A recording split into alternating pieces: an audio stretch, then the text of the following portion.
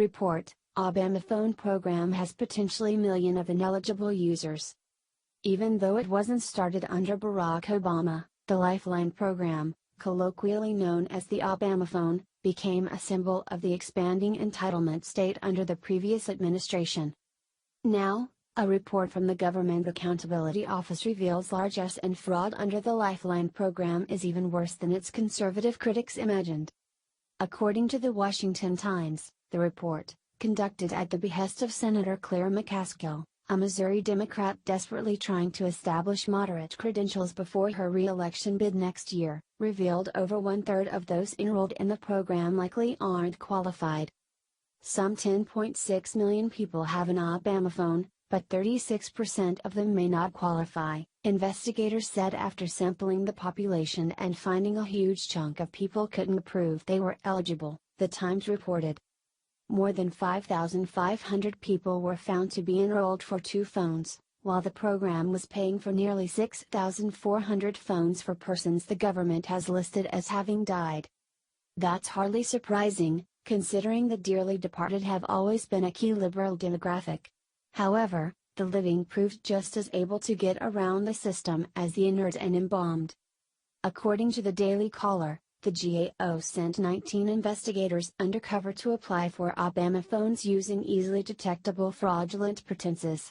In those cases, we were approved to receive Lifeline services by 12 of the 19 Lifeline providers using fictitious eligibility documentation. Part of the problem is that there aren't efficient checks to see if someone is eligible. To qualify for an Obamaphone, one needs to be on certain forms of government assistance, like SSI disability or food stamps. However, the Federal Communications Commission left the task of screening applicants to the phone vendors, who profit off the program. Furthermore, they didn't check through intergovernmental databases whether those who claimed they were on SSI on their Obamaphone application actually were. In Georgia, an estimated 79% of those who claimed they were on SSI to receive a phone weren't, and estimates for the United States at large are as high as 65%. This massive fraud is beyond shameful, and the sad thing is that it was easily preventable. According to the Daily Caller, the GAO report noted that after basic eligibility checks were instituted, the cell phones for the poor program shrunk by a third, from $2.2 billion to $1.5 billion. In the 30 days following the addition of meager but previously absent anti-fraud measures, monthly payments dropped $40 million, the outlet added.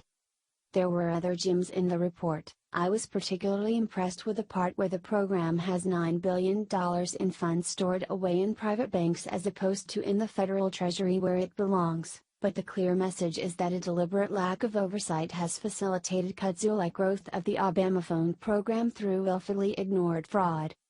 If the program can't be quashed, and I'm sure we'll see some pusillanimity about going in that direction when Democrats start to cavil about the fundamental meanness of such a move, the least the administration and Congress can do is establish strict oversight.